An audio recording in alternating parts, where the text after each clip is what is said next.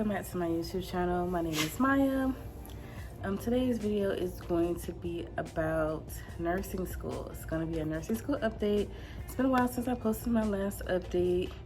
So that's my dog in the background. You can hear all that noise. But I completed term B like about 2 weeks ago, and it was definitely, you know, one heck of a term. It was just so much work. It was so much information that was being thrown at us week after week after week. We had 2 major exams and 4 quizzes a week for 8 weeks, and it was just so much information, plus the commute, because I have to commute far to school, plus, you know, just other responsibilities because I'm married and you know, we have a child and everything. So it was just so much, you know, work, and I was just so exhausted, especially the final 3 weeks. The final 3 weeks, I was just like, Lord, I have to get through this. You know, I have to get through this, and I want to be successful, and I want to, you know, I want this to work out. So that's pretty much how I felt, especially the last 3 weeks. You know, I want this to work out. I'm exhausted, I'm extremely fatigued, but I'm still trying to give it all that I got.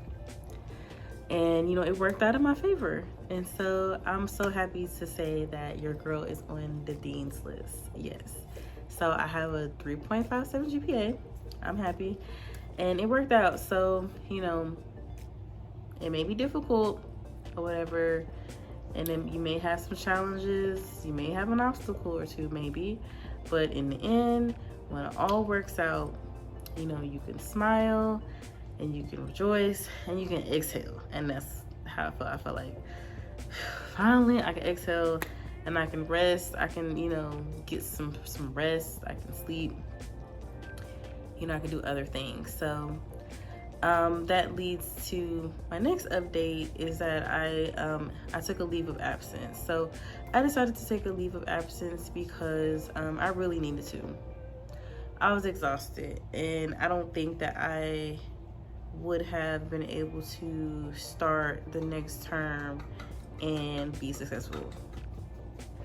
So that's just, you know, and I've had a similar situation to where, you know, I really should have taken a break. And this is back when I got my first degree. I should have taken a break, but I thought to myself, well, I could just keep going. I'm almost there anyways. But I didn't take the break, and I ended up not achieving the best grades that, you know, brought my GPA down. So, you know, I barely made it through the skin of my teeth this term. So I thought to myself, you know, I need to take a break. So I'll be taking a break and mainly focusing on, you know, my self-care, whatnot, and just kind of recalibrating and, you know, finding balance before I start back up in 2023. So, which is really what I need. So upcoming content, that's pretty much what I'll be posting about.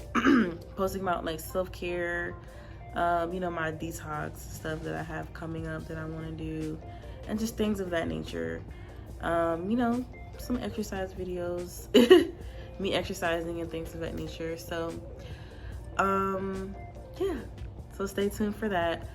But I do want to talk a little bit about tips and everything for if you're taking pharmacology and patient assessment. So pharmacology, the theory, you know, even though it was a lot of information, that wasn't the most difficult part. You know, the most difficult part for me was the dose calculations, because, you know, trying to remember everything, especially after week 4, it just was so much to memorize in regards to what I'm solving for. So so making sure that you know how to do that you know what you're solving for, you know how to read those questions and scenarios, making sure that you go to tutorial, so and making sure that you practice.